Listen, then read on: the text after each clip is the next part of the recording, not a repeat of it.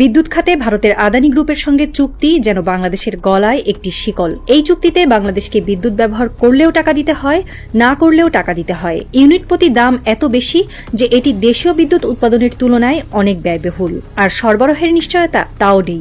এটি ব্যবসা নয়, এটি একতরফা বোঝা। ভারতের এই চুক্তি বাংলাদেশকে নির্ভরশীল করে রাখার একটি কৌশল।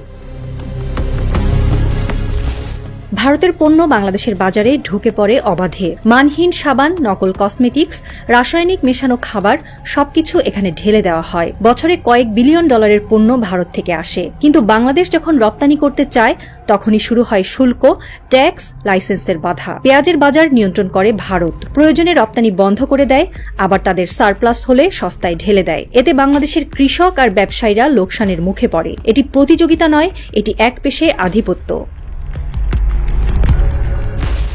ভারত কেবল অর্থনীতিতেই নয়, বাংলাদেশের রাজনীতিতেও হস্তক্ষেপ করেছে। কোন দলের সঙ্গে ঘনিষ্ঠ সম্পর্ক হবে, কার সরকার থাকলে তাদের স্বার্থ রক্ষা হবে, এই হিসাবে তারা চাপ সৃষ্টি করে। বাংলাদেশের অভ্যন্তরীণ রাজনীতি তাদের স্বার্থের হাতিয়ার হয়ে উঠেছে। এটি গোপন ছিল এক সময়, কিন্তু এখন সবকিছু প্রকাশ্য। যখন কোনো দেশের রাজনীতিতে প্রতিবেশী ঢুকে পড়ে, তখন স্বাধীনতা ধরে রাখা কঠিন হয়ে পড়ে। এমনকি সংস্কৃতির মাধ্যমেও ভারত বাংলাদেশের ঘরে ঢুকে পড়েছে। টেলিভিশনে ভারতীয় নাটক, সিরিয়াল, রিয়েলিটি শো এসব এখন ঘরে ঘরে। এই কন্টেন্ট বাংলাদেশের সমাজের সঙ্গে মেলে না, তবু এটি চলছে।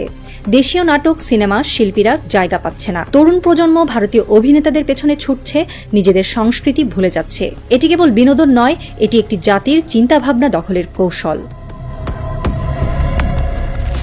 সীমান্তে গুলি চলে, বাংলাদেশিরা প্রাণ হারায়, পরিবারগুলো লাশের অপেক্ষায় কাঁদে। কিন্তু দিল্লিতে ভারতের প্রধানমন্ত্রী হাসি মুখে ছবি তোলেন। তারা বলে সিকিউরিটির জন্য যা দরকার তাই করা হয়েছে। এই কথার মানে একটাই, বাংলাদেশের জনগণের জীবন তাদের কাছে মূল্যহীন। এটি বন্ধুত্ব নয়, এটি অবহেলা। কিন্তু এই অন্ধকার গল্পের শেষে একটি আলোর রেখা দেখা দেয়। 2024 সালের 5 আগস্ট যখন অন্তর্বর্তী সরকার ক্ষমতায় আসে, তখন প্রফেসর মোহাম্মদ ইউনুস এই থ্রিলারের হিরো হয়ে ওঠেন। তিনি বাংলাদেশের অর্থনীতিকে ভারতের ফাঁদ থেকে মুক্ত করার স্বপ্ন দেখেন। তার নেতৃত্বে বাংলাদেশ নিজের পায়ে দাঁড়াতে শুরু করে। বড় শিল্প প্রকল্প এখন দেশীয় পরিচালনায় চলছে। জ্বালানি খাতে বিকল্প উৎস খোঁজা শুরু হয়েছে। ইউনুসের নীতি স্বচ্ছ আর দৃঢ়। তিনি ভারতের সঙ্গে সম্পর্কে সমতার ভিত্তি চান। তার বক্তব্যের সার কথা, সম্পর্ক থাকবে, কিন্তু তা হবে চোখে চোখ রেখে। তার নেতৃত্বে বাংলাদেশের অর্থনীতি শক্তিশালী হচ্ছে, রেমিটেন্সের প্রবাহ বাড়ছে, রপ্তানি বাড়ানোর উদ্যোগ নেওয়া হচ্ছে, দেশীয় শিল্পকে উৎসাহিত করা হচ্ছে। ইউনুস যেন বাংলাদেশের জনগণের কণ্ঠস্বর, যারা চায় স্বাধীনতা, মর্যাদা আর সমতা। ঢাকার রাজপথে একদিন একটা স্লোগান উঠেছিল, এই দেশ কার? জনগণের। সেই স্লোগানের মানে আজ সত্যি হচ্ছে। ভারতের ছায়া থেকে বেরিয়ে এসে বাংলাদেশ দাঁড়াচ্ছে নিজের পায়ে। তিস্তার পানির স্রোতের মতোই ফিরে আসছে আত্মমর্যাদা। হাসিনার ভারত নির্ভর শাসনের পতনে যে শূন্যতা তৈরি হয়েছিল, সেটা পূরণ করেছেন একজন নোবেলজয়ী অর্থনীতিবিদ, যার হাতে অস্ত্র নেই, আছে আত্মবিশ্বাস, পরিকল্পনা আর দেশপ্রেম।